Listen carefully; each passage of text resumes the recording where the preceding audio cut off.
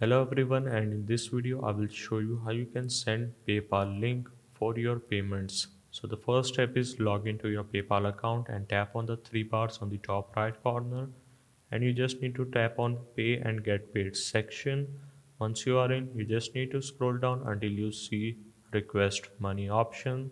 So simply tap on this and this will take you to this particular page where you need to look for the option of share your personal profile, text or post your link to get paid.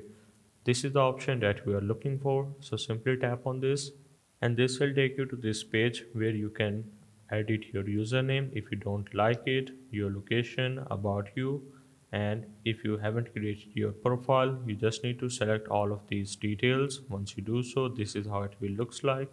Now you can simply share your particular profile, and whenever someone click on this particular link, he will be able to send you money directly to your PayPal account.